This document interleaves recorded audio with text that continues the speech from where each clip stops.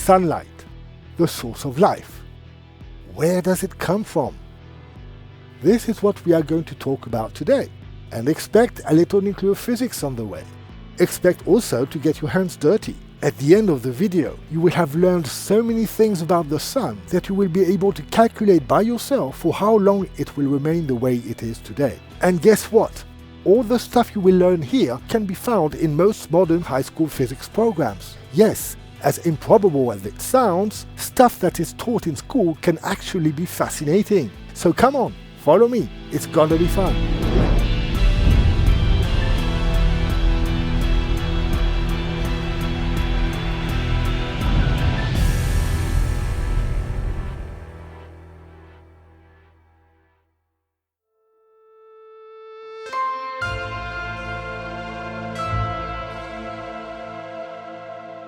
You see that illustration? It represents the life cycle of stars. Stars are born in gas clouds called stellar nurseries. Gravity collapses parts of the clouds into protostars that then become main sequence stars. The main sequence corresponds to when the star gets all of its energy by fusing hydrogen into helium. That phase lasts 90% of the star's life. After this, the star evolves, and this evolution depends on its mass. Stars with a mass less than 8 times the mass of the Sun become red giants that then decay into a white dwarf and a planetary nebula. After billions of years, the white dwarf cools down into a black dwarf and the nebula around it dissipates. This will be the fate of our own star, the Sun. Stars with a mass larger than 8 times the mass of the Sun become red supergiants that end up their lives in a huge explosion, a supernova. The core of the star turns into a neutron star, and for the most massive stars into a black hole. In this video, we will only focus on the main sequence of smaller stars like our Sun. If you are interested in me talking about other phases of a star's life cycle, or about bigger stars, let me know in the comments and I'll look into it.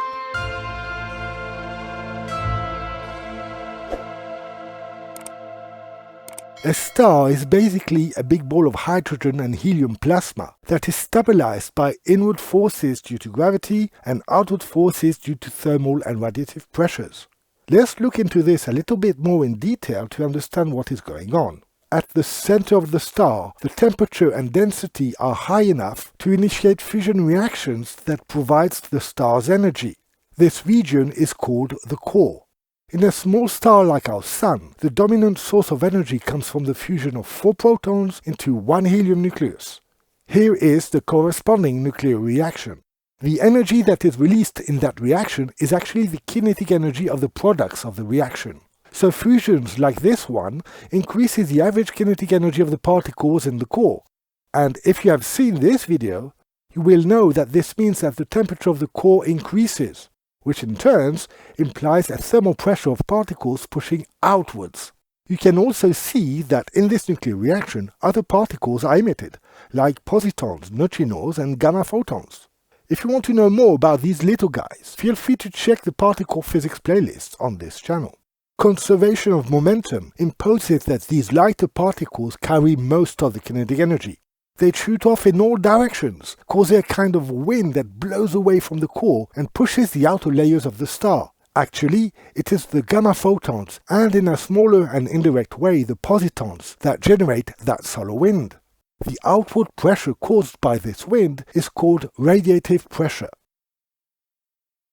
On the other hand, a star is massive. Take our Sun for example. It's 2 by 10 to the 30 kilograms.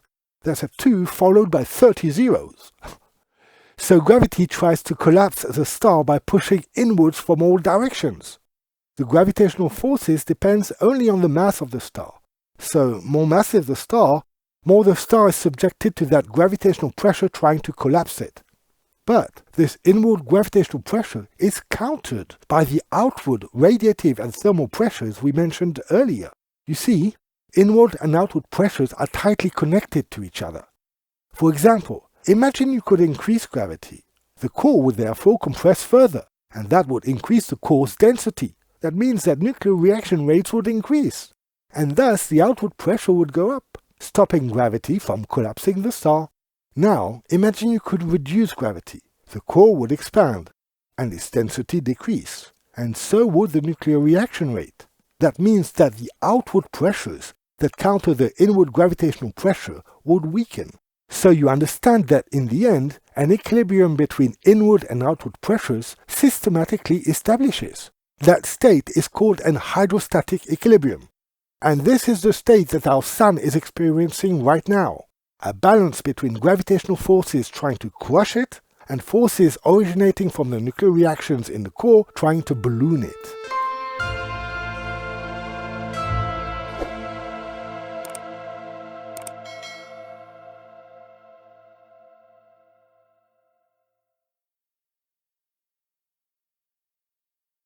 The nuclear reaction we mentioned earlier is called the proton-proton cycle. The process can be broken into three main steps. The first step consists in two protons fusing into an isotope of hydrogen, called deuterium. In the process, a proton has transformed into a neutron, a little like in a beta decay. This means that the weak interaction is also involved here, and explains the emission of positons and neutrinos. Again, if you need information about these particles, see my particle physics playlist. Then, in a second step, the deuterium nucleus fuses with a third proton to form a helium-3 nucleus with the emission of an energetic gamma photon. And that's where most of the radiative pressure comes from. And finally, two helium-3 nuclei fuse into a helium-4 nucleus, and on the way they release two protons. You realize that the first two steps of the cycle need to occur twice in order to get the two helium-3 nuclei. Let's combine all three reactions to write a single nuclear reaction representing the whole cycle. The cycle starts with 6 protons and ends with one helium-4 nucleus, pairs of neutrinos, positons and gamma photons, and 2 unused protons. The reaction simplifies by removing 2 protons on both sides.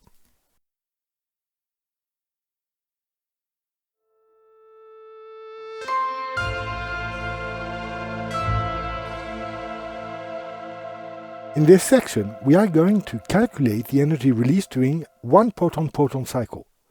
But do you know how to calculate the energy released during a nuclear reaction? Let me explain how this works, using the first reaction of the proton-proton cycle as an example. Here, 2 protons fuse into deuterium with the emission of a positon and a neutrino, and of course, energy. To perform the energy calculation, we need the mass of the particles involved. The mass of the neutrino is so small that we can approximate it as being 0.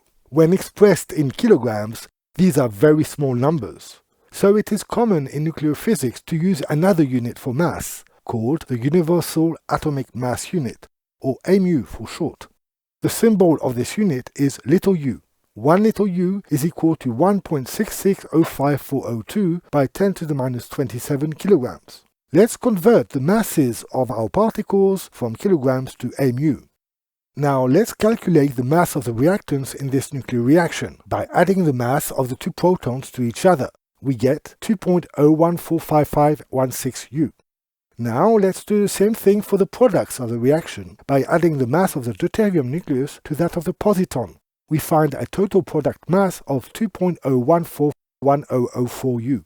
When comparing these two numbers, you notice that the mass of the products is less than the mass of the reactants by 0.000451 U. In nuclear physics, we call such a difference a mass defect, delta M. So where did this mass go? Well, it has been transformed into kinetic energy following Einstein's famous equation E equals mc squared.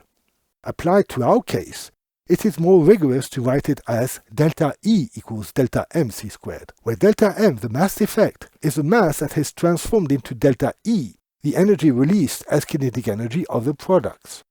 Okay, now let's calculate how much energy we get for a mass defect of one universal atomic mass unit, 1 little u. We plug in the numbers using SI units, get the value in joules, and then convert these joules into megaelectron volts. We find that 1 little u of mass, when annihilated, releases 931.5 megaelectron volts of energy. In the nuclear reaction we were looking at, where two hydrogens fuse into one deuterium, we calculated that the mass defect was 0.000451 U. This lost mass has been transformed into energy, into 0.42 megaelectron volts of energy. As we have seen previously, the reaction summarizing the full proton-proton cycle is when 4 protons fuse into a helium nucleus, with the emission of 2 positons, 2 neutrinos, and 2 photons. Consider the mass of the particles involved, and then calculate the energy released in one proton-proton cycle. You can neglect the mass of the neutrino. And don't forget, a photon has no mass. Now pause the video and calculate the energy released in one proton-proton cycle.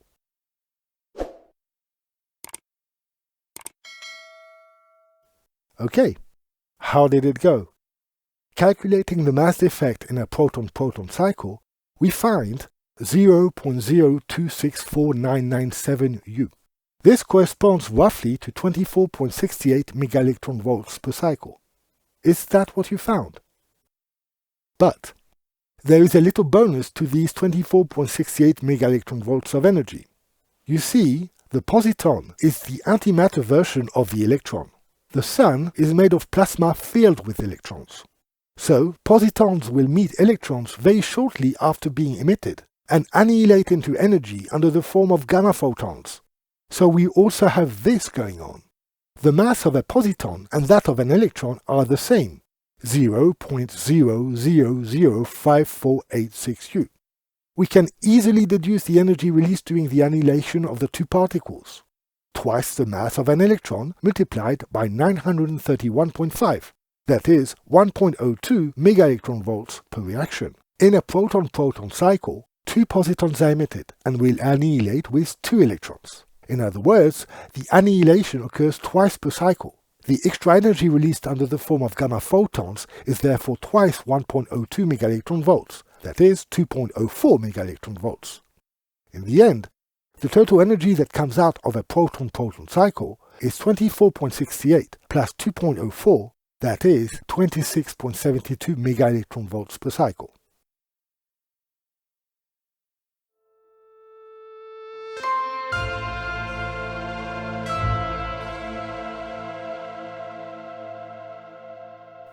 When the Sun leaves its main sequence, it will have burned off all the hydrogen its core can have access to.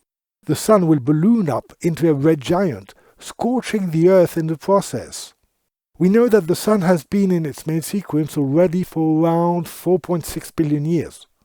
How much time do we have left to find a way to leave the Earth and install humanity on another planet? You have now the knowledge to figure this out by yourself. Calculate how much more time the Sun will remain in its main sequence phase. Here is the data you need. Pause the video. I will be back in 3 seconds with the solution.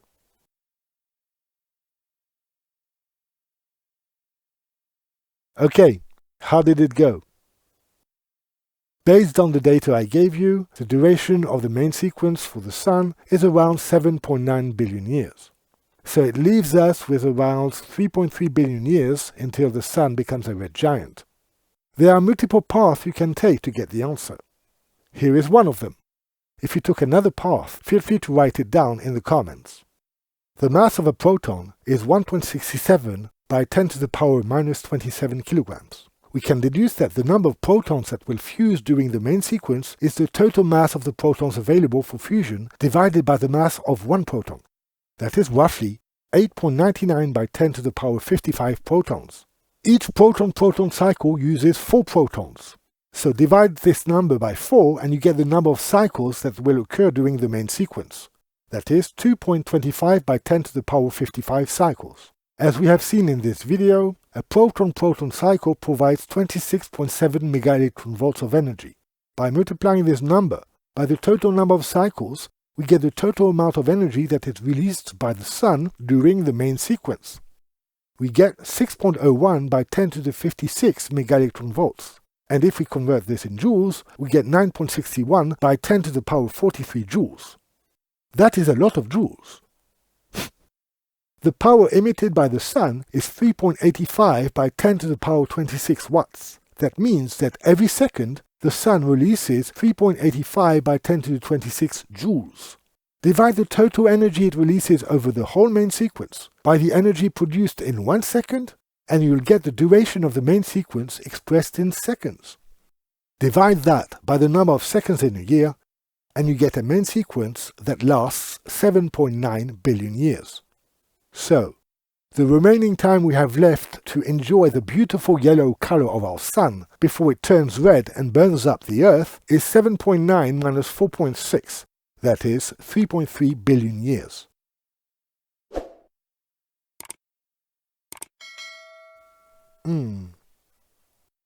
Something feels a little off here. If you search by yourself for the duration of the main sequence of the Sun, you'll realize that the common belief, the conventional belief, is that it will be more like 10 billion years, not 8 like our calculation said. So we should have 5 billion years left, right? Why do you think our calculation fell short by 2 billion years? Can you guess? Well, the missing 2 billion years in our result came from considering the power emitted by the Sun as being constant during all its main sequence. You see, a star is a dynamic system, where the balance between outward and inward pressure depends on the amount of hydrogen in the core. But the amount of hydrogen in the core changes with time because it's progressively fusing into helium. That leads to less particles per unit mass in the core, so a low pressure for the same temperature. And because of this, the core contracts further under the influence of gravity, and therefore heats up even more until a new equilibrium is found. At a higher temperature, for this new equilibrium, the fusion rate gets larger. Thus, the power emitted by the Sun gets larger too. In other words, the Sun gets brighter as it ages. Yes, at the beginning of the main sequence, the Sun was consuming less hydrogen than today, and therefore was dimmer. Today, the power emitted by the Sun is about 20% larger than the average power taking over the whole main sequence, from beginning to end. That is why, by neglecting the variability of the power in our calculations, we underestimated the duration of the main sequence by about 2 billion years. Okay folks, that's it for today. You know, I really love talking about astrophysics, so if you're interested in this subject, let me know. We could have discussions about red supergiants, what's going on inside, you know, neutron stars, black holes, white dwarfs, or even bigger things like galaxies or cosmological topics like the expansion of the universe. You know, all this stuff. Anyway, I hope you enjoyed this video, and if you did, smash this like button, subscribe and feel free to leave a comment. You know, it really helps the channel and encourages me to continue producing videos for you. In the meantime, I wish you the very best, and I'll see you soon for the next episode of Physics Made Easy. Ciao!